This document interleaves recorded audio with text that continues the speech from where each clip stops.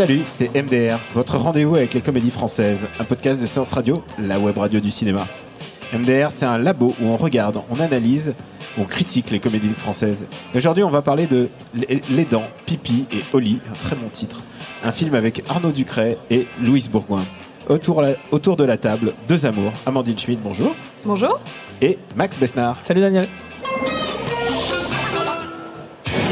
C'est genre en train de danser les gars, ça va ma chérie, ouais. Comme tout j'adore. Salut les filles. Thomas, pour sa dernière soirée dans son appart. Et à son remplaçant, grâce à qui cette colocation va être un truc de fou de ma gueule.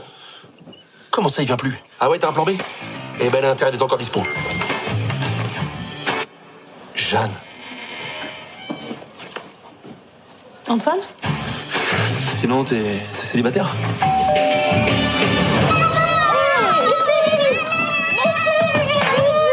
Théo, 8 ans. Une PlayStation. Et Lou, 5 ans. Maman, elle est où notre chambre? Putain, c'était quoi ça? Coucou Antoine. Je vais avoir des mannequins, tu me refiles des gamins. C'est très simple, à la fin de la semaine vous êtes plus là. Toi et Tic et Tac, vous dégagez. Là, tu vois, je viens de quitter mon appartement où se trouve mon mari, qui doit se trouver en ce moment dans Sandrine. Alors nous, on reste. Et toi, je m'en fous. Bonne rom-com, là. Je sens que l'ambiance est là. Alors, il faut dire quand même, Arnaud Ducret est un peu devenu le nouveau Gilles Lelouch de la comédie française. Il joue un espèce de gros lourdingue, une espèce de youpi d'une grosse boîte. Et puis un jour au lendemain, il se retrouve avec Louise Bourgoin en coloc, avec deux enfants. Et je me suis dit, au moins cette comédie ne part pas sur une base de mensonges. C'est déjà ça, parce que les comédies de mensonges, ça avait soupé. Mais par contre, elle est incompréhensible. Comment cette situation est-elle possible? On va commencer avec Amandine. Est-ce que cette comédie t'a plu? Sans faire la grimace. Oui, je sais pas quoi te répondre en fait, à part un long soupir, très long, très très long. Parce qu'il n'y a rien de saillant dans cette comédie, que ce soit le scénario, ou les dialogues, ou les décors, ou la lumière. Il n'y a pas grand-chose à sauver, donc je ne sais vraiment pas quoi en dire. En fait, j'ai vraiment eu l'impression de voir une espèce de Reader's Digest des comédies françaises passées. On a des sortes de poncifs de la comédie qui reviennent. Donc on a la scène de speed dating, on a la scène... C'est vrai. On a la scène de guest un peu connu, on a la scène, on a le principe de la colocation qui est pas mal vu et revu. Ça n'apporte rien de nouveau, donc on s'ennuie pas mal. Et dans tout ce qui est comédie sur la famille, c'est vrai qu'on attend un peu un angle d'attaque original, un biais pour peut-être détruire un petit peu le modèle traditionnel. Là, on est en plein dedans, ça ne fait que confirmer des clichés. Donc, je me suis beaucoup ennuyée. Le ton est donné. Max, Tout est dit. Max, Écoute, tu as beaucoup plus rigolé à cette critique. tu m'étonnes. Non, j'allais dire, je pense qu'on n'a pas du tout vu le film, mais moi j'ai trouvé ça super drôle. Je trouvais ça très affûté. Je trouvais qu'Alexandra Lamy et Dubosc sont mortels. C'est pas celui-là. Non, par contre, c'est intéressant parce que tu parles de la comédie de mensonge, un grand classique de la comédie française. Là, on est dans la comédie de colocation. Comédie de colocation qui est une niche, mais qui commence un petit peu à faire son trou ces derniers temps. Ami, sous le même toit. C'était un petit peu les mêmes thématiques. On peut aussi le classer. Épouse un veuf aussi. Épouse un veuf. On peut aussi le classer dans la comédie qui se termine par des gens qui courent dans un aéroport. Alors ça, c'est beaucoup plus niche. C'est la niche de la niche. Mais c'était aussi la conclusion de Chercher la femme. On en avait parlé dans un autre MDR. Donc voilà, c'est vrai qu'il y a c'était juste pour dire. En fait, c'est pour essayer de raconter des trucs intéressants sur ce film, parce que ce film est tellement nul. Il y a que des je choses, sais pas des choses trop intéressantes quoi en dire. dont on peut discuter. Éclaire-nous. C'est une comédie qui se veut un tout petit peu méta sur la rom-com en fait, puisqu'il y a forcément un moment où ils se disent ah non, et ça tu m'y fais penser avec le coup de l'aéroport. Mais c'est la paresse, justement, c'est la paresse parce qu'elle s'y vautre dans ce cliché, elle s'y vautre du début à la fin en disant ah regardez les comédies c'est comme ça se termine dans un aéroport en courant et on rattrape celui qu'on essaye celui qu'on veut aimer et on n'a pas été capable de lui dire au bon moment, et en fait en s'en moquant, certes tu te dis peut-être que ça va proposer autre chose. Sauf que la conclusion, c'est que non, ça s'y vautre, ça propose la même chose que tous les milliards de rom-com qu'on a vu avant. Et malheureusement, ça le fait avec un acteur principal qui est sûrement très bon, mais qui là cabotine beaucoup et qui fait le lourdingue, un peu trop lourdingue. Et avec aussi, faut peut-être en parler, avec des enfants comédiens qui sont très très nuls, malheureusement pour eux. Ils sont peut-être encore un peu jeunes, mais en tout cas, ils sont pas très bien exploités. Et toutes les scènes où ils apparaissent, c'est gênants, vraiment. Moi, j'ai pas souvenir des Non, enfants. moi non plus, ils m'ont pas gêné, les enfants. Non. J'ai trouvé leur scène Mais en absolument même temps, atroce. tu sais quoi, le problème c'est que les enfants au cinéma, dans les comédies françaises, souvent c'est Omaha Beach. Donc, tu vois, quand ils sont là, ils allaient à peu près bien, mais surtout parce qu'ils sont dynamités par Louise Bourgoin. Et Louise Bourgoin, même dans les daubes, elle est, je dis pas que c'est une daube, mais elle est quand même plutôt bien, quoi. J'allais y venir, je pense que c'est le point fort du film. Et alors, c'est assez intéressant parce que d'après ce que j'ai compris, ce film part d'un court-métrage qui avait été réalisé un petit peu quelques mois en amont par Emmanuel Gilbert, donc le réalisateur des Dents Pipioli, avec déjà l'une des scènes du film qui était avec Louise Bourgoin, et c'est Louise Bourgoin qui joue dans ce court-métrage qui a donné donc une impulsion après pour créer le film. Donc clairement, c'est Ducret qu'on voit sur l'affiche. C'est lui qui parle le plus fort, peut-être, et qui a le plus de lignes de dialogue dans ce film. Mais clairement, c'est Louise Bourgoin qui le tient, ce film. Amandine, mais moi, je trouve qu'effectivement, Louise Bourgoin, elle apporte un peu de grâce, et c'est peut-être le seul point positif à en tirer. Arnaud Ducret, comme il a tellement de place, parce qu'il n'y a pas de scénario, il n'y a pas de dialogue, il en fait des caisses et ça devient vite insupportable. Tu n'as pas aimé sa scène où il mime l'acte sexuel, une relation sexuelle? C'est très long. 70 pauses, hein, il fait quand même. Très long. Ouais. Il fait le Kama Sutra quand même. Puis Louise Bourgoin, en fait, dans tout ce film, elle doit avoir 20 mots à dire. Elle n'a vraiment pas grand-chose. Et je trouve que ça reflète aussi les rôles de la façon dont ils sont écrits, c'est-à-dire qu'on a cette espèce de macho complètement cliché qui se tape des meufs sans plus s'arrêter, et de l'autre côté, on a une femme qui est une castratrice, une emmerdeuse, qui nous fait chier avec ses gosses et ses fêtes de Noël. Merci l'équilibre des choses. Alors, qu'est-ce que t'as contre les machos qui se tapent des meufs, franchement? Non, moi, il y a une image qui m'a beaucoup choquée dans ce film. C'est qu'à un moment, on voit la sonnette de chez eux et on voit le nom du mec. Donc, c'est Antoine Duval. Et à côté a été rajouté Jeanne. Jeanne qui n'a pas de nom de famille. Donc voilà un peu la vision du truc, c'est-à-dire qu'on a un homme qui va tout d'un coup tomber amoureux d'une femme et qui va s'en saisir quand il en a envie. On ne comprend pas trop d'ailleurs quand se fait le déclic. Et la femme, elle fait juste chier jusqu'à ce qu'elle soit d'accord pour coucher avec lui. Et je pense qu'on va revenir à ce moment, au moment clé. Là. Vas-y, termine. Non, c'est tout ce que j'avais à dire. Voilà. On va s'écouter une vanne. On va reparler de ce moment clé, du moment où ça bascule.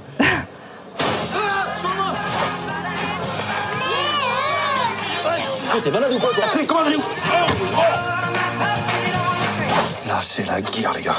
On ne sort pas de table avant d'avoir terminé son assiette. Oh,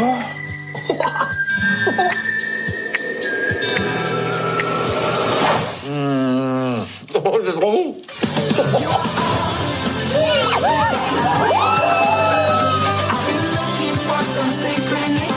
Les dents, pipi. Voilà. Il est 2h du matin, là. Les enfants dorment, c'est pas possible. Allez 250 € pour tapage nocturne. Ouais, ça va, tu dis l'escroc, là. Tu sens le cabotinage. Il avait pas encore fini. Tu sens le cabotinage, rien que dans ses blagues, dans ses... Et tu sens aussi ce rôle de mère castratrice, en fait, qui est là pour punir tous les plaisirs qu'il peut avoir. Et puis au bout d'un moment, c'est ça les rom-coms. On l'a souvent dit, il faut qu'on commence à avoir le béguin pour eux, et tout d'un coup on commence à les aimer malgré leurs défauts, et finalement on a envie qu'il se passe une espèce d'éclair d'amour, de magie dans ce couple. Et j'ai du mal à trouver exactement le point où ça arrive dans ce film. Il y a le point vomi. Alors voilà, c'est ça. Je crois que c'est la deuxième ou troisième. Alors il y a beaucoup de points spéciaux dans cette comédie. On l'a entendu dans l'extrait, il y a le point McDo, c'est-à-dire encore une blague basée sur le McDo. Il y en a beaucoup, et je pense que le placement pub de McDo, ça cartonne en ce moment. Dans toutes les comédies, il y a une vanne McDo. Je sais pas. Qu'est-ce qui se passe, quoi? J'ai pas été payé pour répéter 3 fois McDo, je le répète. Et puis il y a aussi le moment, donc tu parlais de vomi, c'est le moment où elle est bourrée, et c'est pas la première comédie de l'année où la fille est complètement bourrée et le mec il en profite un peu quand même. Quelle autre comédie? Alors il y avait dans Daddy Cool. Dans Daddy Cool, ouais, exactement, dans Daddy Cool. Excuse-moi de me taper. Pardon, je n'ai pas tes références. Et il y a un truc vraiment genre, c'est toujours l'alcool qui aide dans ces circonstances à débloquer les situations. Je regarde quelqu'un qui ne boit pas, Max. Comment tu sens ce besoin d'amour alcoolisé? Je le sens pas très bien, tu vois.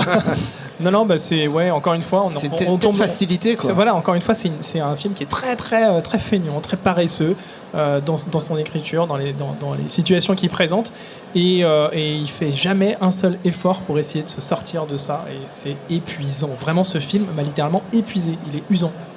Mais en plus, les personnages n'ont pas vraiment de progression et on a du mal à comprendre pourquoi ils tombent amoureux de l'un de l'autre, sachant qu'ils sont tous les deux insupportables. Donc, je sais pas, Arnaud tombe amoureux d'elle. Par défaut, non, finalement. Par défaut, ouais, parce qu'elle est là. Il y a un truc qui est arrêté dès le début. Il y a un truc qui est arrêté dès le début, c'est qu'elle est jolie. Oui. Il la voit sans ses enfants. Mais je veux dire, elle est jolie du début à la fin, ça n'a pas changé pendant le film. Ouais, mais d'accord, mais tout le truc du film, c'est qu'au bout d'un moment, il fait abstraction des gamins, quoi. Enfin, il les aime bien, mais bon, ils préfèrent leur mère, quoi. Enfin, c'est un peu. C'est vrai, c'est une morale qui est quand même assez gerbante. C'est la vie, écoute, c'est l'école de la vie. Alors, peut-être qu'on va pas en jeter plus. Juste répéter que Louise Bourgoin, encore une fois, je sais pas comment ces choix de films. Est-ce qu'elle choisit par amitié ou quelque chose? Mais là, c'était pas très judicieux quand même. C'est vraiment dommage parce qu'on l'a vu dans des comédies où elle était vraiment bien, comme L'un dans l'autre, où c'était pas un rôle facile, où elle se changeait en homme, et elle s'en sortait assez bien. Arnaud Ducret, il est à géométrie variable. Je crois je pense qu'il peut être un bon objet. Est-ce qu'il a envie de faire autre chose? Pas dans les nouvelles aventures de Cendrillon, ça je te le confirme. Mais est-ce qu'il y a un film dans toute sa filmo pour l'instant qui on va le voir dans les recos parce que je pense que quelqu'un va en parler. D'abord, on va dire combien on paye pour aller voir. Tout le monde se tourne vers moi, personne ne veut se dévouer. Ouais, Max, il paye. Max. Par pitié, m'obligez pas à payer pour ce film, quoi. Non, mais sérieusement. Max, tu vas payer. C'est quoi la plus petite pièce en France? C'est 1 centime. Je mets les pièces jaunes que j'ai dans la boîte. Non, je préfère les mettre dans la boîte des pièces jaunes. Honnêtement, j'ai pas envie de payer pour revoir ce film. Si j'étais vraiment obligé avec un couteau sous la gorge, je dirais, allez, je sais pas, je mets 10 centimes parce qu'il faut mettre un truc. Mais honnêtement, ce film, il mérite pas qu'on s'y attarde, quoi. Et une question, est-ce que le rapport à l'enfance, le rapport à avoir des enfants, comment tu le sens après ce film? C'est pas le moment d'en parler, d'ailleurs. Et Amandine? J'ai envie de dire 1 centime aussi, mais je vais être sympa et je vais dire 1 euro pour faire comme dans le film où ils mettent 1 euro dans la boîte quand ils disent un gros mot. Ah oui, c'est vrai, ils ont une boîte à gros mots. Ils ont une boîte à gros mots. Eh ben putain, 1 euro. Et voilà. Et on voit donc Arnaud Ducret dire putain en jetant des pièces sur des enfants, ce qui est un beau projet éducatif finalement. Ouais, Mais ça va parce qu'à la fin c'est le nouveau papa, donc finalement il se rachète. Oui, d'ailleurs dans les synopsis que j'ai lus, j'ai vu qu'il disait qu'Arnaud Ducret allait devenir le papa idéal. À quel moment? Je vois pas à quel moment. On parle bien du mec qui laisse traîner un sachet d'ecstasy. De drogue, d'ecstasy, à ses gosses. Ok, très bien. Non, papa idéal. Papa idéal. Vous jugez comme ça alors que d'abord il peut être très bon père et laisser un paquet de coke, ça fait pas de lui un mauvais père, franchement. Et sinon, moi je mets la même somme que vous deux, je me mouille pas. Attends, c'est-à-dire tu mets 1,10€ alors? Je mets 1 euro. Voilà, je mets quoi? 1,10€. Voilà. 1,10€. Et maintenant, c'est l'heure des recos. Qui veut commencer? Max, tu veux? Oui, écoute, Amandine, t'as parlé de L'un dans l'autre. Ça tombe bien, c'était ma reco, L'un dans l'autre de Arnaud Chiche. Donc avec Louise Bourgoin et Stéphane de Groot, comédie française qui est sortie il y a quelques mois seulement. On avait fait un épisode.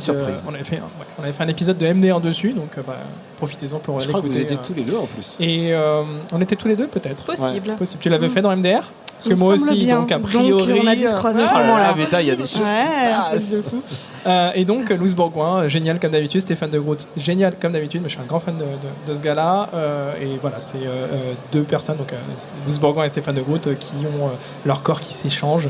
Et c'est assez admirable parce que c'est très bien joué des deux côtés, sans tomber justement dans tous les clichés qu'on est en train de dénoncer sur les dents pipi et Oli. Qui aurait été beaucoup plus drôle si ça avait été les dents Big Flo et Oli, ça c'est pour les spécialistes. Putain. Vanne de niche. Nichant. Amandine. Moi je vais recommander Adopte un veuf, qui est aussi une comédie de colocation, donc le nouveau genre à la mode. C'est donc avec Arnaud Ducret. Avec Arnaud Ducret, mais c'est surtout Bérangère Krief qui habite dans l'appartement d'un vieux qui est joué par André Dussolier, et ça crée toutes sortes de frictions, et elle amène dans son giron donc Julia Piaton et Arnaud Ducret qui joue pas du tout le même genre de rôle, qui est une espèce de mec assez coincé, je crois qu'il est avocat dans le film, et là il est assez drôle, donc comme quand il est bien dirigé, il peut faire quelque chose de tout à fait valable. Et ce film est assez sympa. Bon, c'est pas non plus génial, mais à côté, à côté de celui-là, c'est un chef-d'œuvre et c'est bien réalisé. Et surtout, il y a une énergie vraiment appréciable. Bérangère Krief est super. Elle a vraiment un charme assez irrésistible. Un film de groupe qui se tient pas mal. Et en plus, il ose un peu aller dans des trucs un peu émotionnels. Et c'est assez. Moi, j'ai de très bons souvenirs de ce film. Et pour ma part, je me suis creusé la tête dans quel film il y a un gamin que j'ai envie d'étrangler et qui est en même temps drôle. Et moi, alors, je sape complètement de genre. Iron Man 3. Iron Man 3 est mon film, c'est mon gamin du cinéma préféré en fait. J'adore le gamin d'Iron Man 3 parce qu'il essaye d'amadouer Tony Stark. Il fait « Oh, mais je suis qu'un petit gamin, je suis innocent. » Et lui, il fait « Rien à battre. » Et ils ont une espèce de buddy movie qui se crée en fait. C'est un peu l'effet Shane Black, donc qui est le réalisateur. Et en fait, j'adore Shane Black et j'ai jamais recommandé Shane Black dans MDR, donc je voulais me faire plaisir, voilà. Merci à Seb, notre babysitter en chef à la technique. Pour nous retrouver, c'est MDR sur Apple Podcasts et sur toutes les applis dédiées. On remercie Ground Control, là où on a enregistré en public. On remercie aussi le public qui était présent. Et merci de vous abonner, de laisser des commentaires et d'en parler autour de vous. La prochaine fois, on va voir une autre comédie et j'espère... Là, je pense que le level, il va grimper. On vous embrasse très fort et on vous dit à bientôt. François Truffaut disait que Johnny Guitar avait été fait sur mesure pour John Crawford. Tous les premiers lundis du mois à 19h sur Séance Radio, retrouvez Flashback. Le film a en effet la réputation d'être le tournage le plus dangereux de l'histoire du cinéma. Pour tout connaître de l'actualité des grands classiques du 7e art. Avec Antoine Cyr et Antoine Julien et sur toutes les applications podcast.